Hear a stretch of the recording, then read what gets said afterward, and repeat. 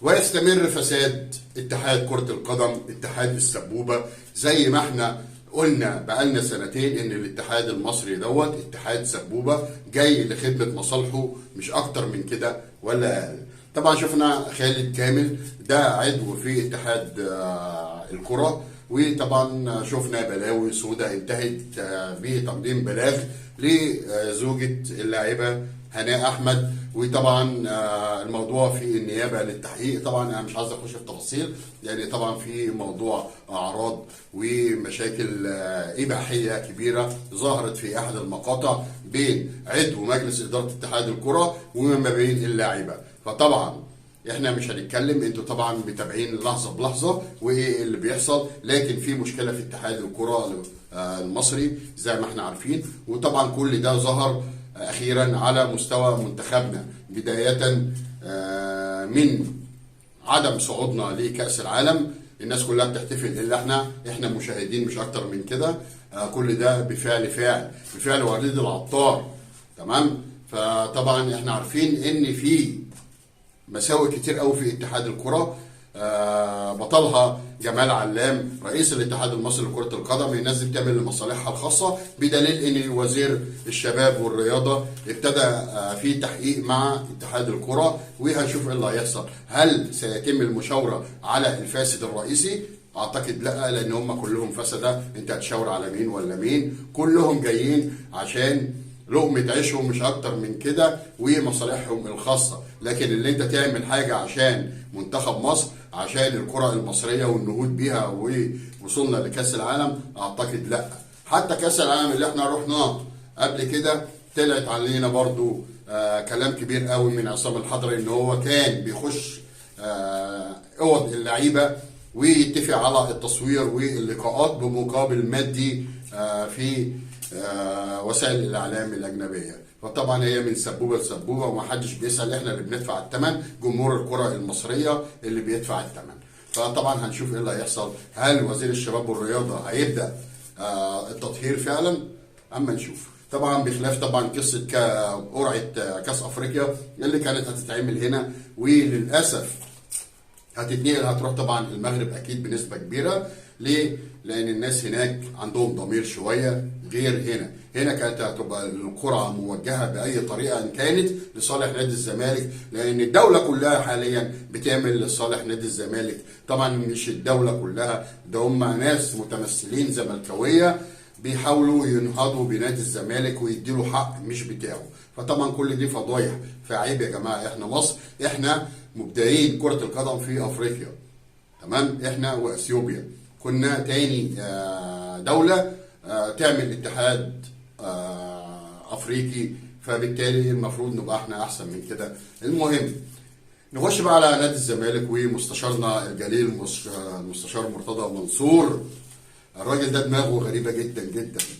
طبعا شفنا الاعلامي محمد شبانه في احد اللقاءات وقال لك ان نادي الزمالك ما بيغرقش، وكل ده فعل رئيس نادي الزمالك. حتى بيقول لك ان لعيبه كره اليد في نادي الزمالك قدمت شكوى ضد نادي الزمالك وضد مجلس اداره نادي الزمالك لان ما بياخدوش فلوس. يا جماعه الموضوع طلع فنكوش كالعاده، ومرتضى منصور هو اللي مسلط اللعيبه. فما يتهيأليش ان لاعب زي احمد الاحمر يعمل مشكله مع اداره نادي الزمالك عشان خاطر فلوس. نشوف المقطع ده ونرجع نكمل كلامنا. مفاجاه، الزمالك متفق مع لعيبه اليد مثلا، يعني بديك مثال، يعني انها تقدم شكوى عشان تبقى وسيله ضغط على وزير الشباب، وان الزمالك يطلع يقول شوف 14 لعيب هو احمد الاحمر ممكن يشتكي الزمالك؟ ده اللي بيقول لي بيسالني. انا كنتش اعرف مين الناس اللي اشتكت، والله ما اعرف. فقلت له لا. قال لي لا بقى ايه رايك بان احمد الاحمر؟ قلت له معقول؟ مستحيل. يعني ممكن احمد الاحمر حتى لو ما خدش مرتب وفي مشكله يطلب من الزمالك انه يمشي يحترف بتاع، لكن يشتكي الزمالك؟ قال لي اه. قال لي لا ده باتفاق مع اداره الزمالك عشان تضغط على وزاره الشباب. انا ما عنديش مانع اي نادي ينتهج النهج الذي يحقق مصالحه، لكن في الاطار القويم. يعني انا ما ينفعش يا جماعه اعتبر دي شطاره. يا اما اللي بيكسر اشاره يبقى شاطر، اللي بيمشي عكس يبقى شاطر. ما هو اللي بيكسر القواعد الاخلاقيه، كل دي قواعد اخلاقيه. مش بس قواعد تنظيميه. اللي ياخد باقي زياده وما يرجعوش للبتاع يبقى شاطر، اللي يعرف يضحك على سواق تاكسي في اجره يبقى شاطر. اذا احنا بقى هنعتبر دي شطاره وفهلوه ونباهه، خلاص. يعني اي حاجه، اي حاجه الاخلاق لا تشرعها مشكله. ولازم الجمهور يبقى فاهم كده. اوعى تبص المكسب قريب. يعني اوعى حاجه بشكل انت شايفه اخلاقي او غير اخلاقي، قيم بضمير، ما تقيمش بانتماء، قيم بضمير. شايف حاجه، جمهور اهلي وجمهور زمالك تحديدا، الجمهورين دول اكبر جماهير في مصر، قيم دايما الامور بالاخلاق.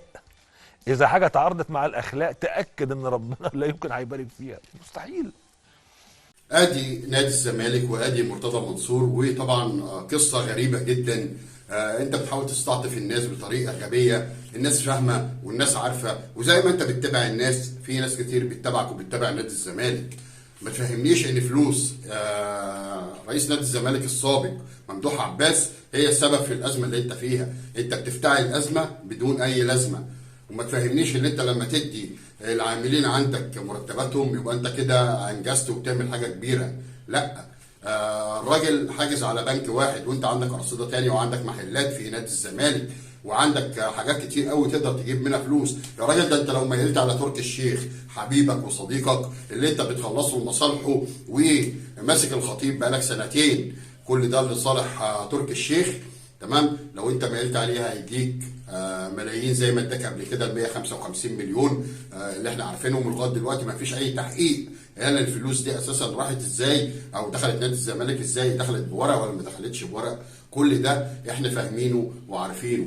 فما تفهمنيش اللي انت في ازمه، نادي الزمالك ما فيهوش ازمه. نادي الزمالك لو في ازمه صحيح هو انت اللي بتخلي نادي الزمالك ينزل الى اسفل السافلين، تمام؟ وانت في يوم بتحاول او ممكن تطلعه ان هو خلاص احسن فرقه في العالم، فطبعا ما ينفعش. انا بخاطب جماهير نادي الزمالك، افهموا وعقلوا. نادي الزمالك كده في خطر بسبب الراجل ده. ما تقوليش ان ده اسد نادي الزمالك، ده اسد وهمي. والناس كلها اللي بتفهم كوره وعندها عقل هتقدر تقول لك الكلام اللي انا بقوله له او اللي انا بقوله لكم هو ده الصحيح. فمالناش دعوه بقى بنادي الزمالك، لكم ربكم زي ما بيقولوا، انتوا اخترتوا الراجل ده تحملوا. لكن نادي الزمالك من هينزل وهينزل وهينزل، وافتكروا كلامي.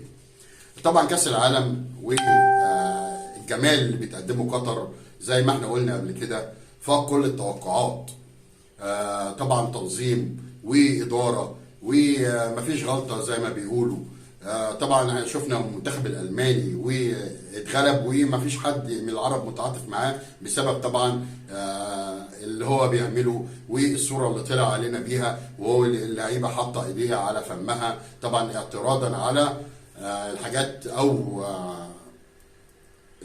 الحاجات اللي عاملاها قطر، لان احنا دوله اسلاميه لنا عاداتنا ولنا تقاليدنا ما ينفعش اللي احنا نتخطاها. انت جاي بلدنا وجاي منطقتنا العربيه لازم تحترمها زي ما احنا ما بنروح بلدك بنحترم قوانينها وبنحترم شعبها. طبعا نتائج كاس العالم امبارح كان في ماتش البرتغال وغانا خلص بنتيجه 3-2 وماتش جميل جدا. احنا زي ما احنا عارفين البرتغال قدمت ماتش كويس وغانا برضو قدمت ماتش كويس، وكان فعلا ماتش يليق بالمونديال. الماتش الثاني اورجواي وكوريا وانتهى بنتيجه 0-0، ومباراه انا شايفها سيئه جدا لان مفيش اهداف. ومفيش اهداف ده عامل زي كده الرز اللي بدون ملح ملوش اي طعم ولا ليه اي لون. فان شاء الله القادم احسن للفرقتين. والماتش الثالث كان سويسرا والكاميرون وانتهى بنتيجه 1-0 لمنتخب سويسرا. وطبعا كده منتخب الكاميرون بيعاني وممكن يعاني اكتر من كده. وما ننساش طبعا هزيمه السنغال.